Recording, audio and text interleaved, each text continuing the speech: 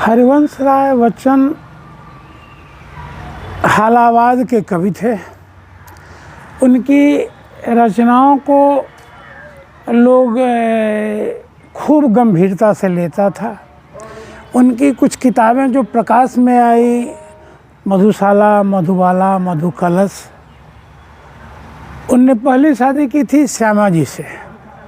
श्यामा जी के साथ कुछ दिनों व्यतीत होने के बाद श्यामा जी की मृत्यु हो गई। श्यामा जी की मृत्यु के बाद जब अगुआ लोग आए तो उनने कहा कि है चिता की राख कर में मांगती सिंदूर दुनिया, हाय कितनी क्रूर दुनिया।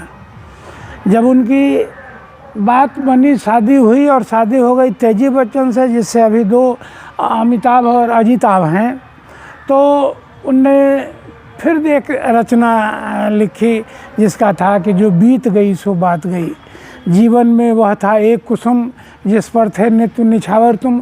तो वो बातें आई गई और फिर उसके बाद उनने एक किताब लिखी जिस किताब का नाम है नीर का निर्माण। फिर पुनः ये उनने इस किताब को नीर का निर्माण फिर करके लिखा। बड़ी अच्छी किताब हुई, लेकिन उनकी सबसे प्रसिद्ध और सबसे गरिमामयी पुस्तक मधुशाला हुई। मधुशाला को पढ़ने के बाद, मधुशाला के बारे में जानने के बाद लोग आश्चर्य करते हैं कि इसमें हाला, प्याला और पीने वाले की चर्चा है। नहीं, ऐसा नहीं है। मधुशाला में आकाश का विस्तार है, धरती की व्यापकता है। उस मधुशाला को पढ़ने के बाद, अगर मधुशाला को समझने के बाद जो सामान्य लोग समझेगा तो लगेगा कि मधुशाला में बहुत सारी ऐसी बात है जो व्यापकता लिए हुए है।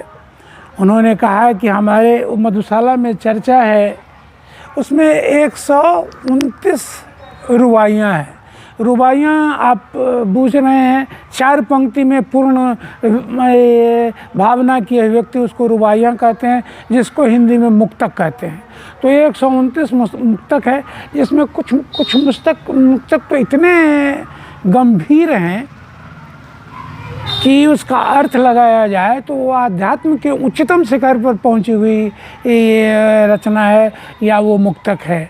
आप पूछेंगे दिन को होली, रात दिवाली, रोज़ मनाती मधुशाला, ये तो उन्हीं की पंक्ति है। हाँ है। हम इसको ये नैरो माइंड से, संकीर्ण दिमाग से बूझते हैं। उसमें इतनी व्यापकता है। उनने कहा था कि मेरे श्राद्ध में या मेरे मरने के बाद जो लोग भी आए वो सब वही लोग आए जो पीने वाला हो, जो पिए हुए हो। हमारे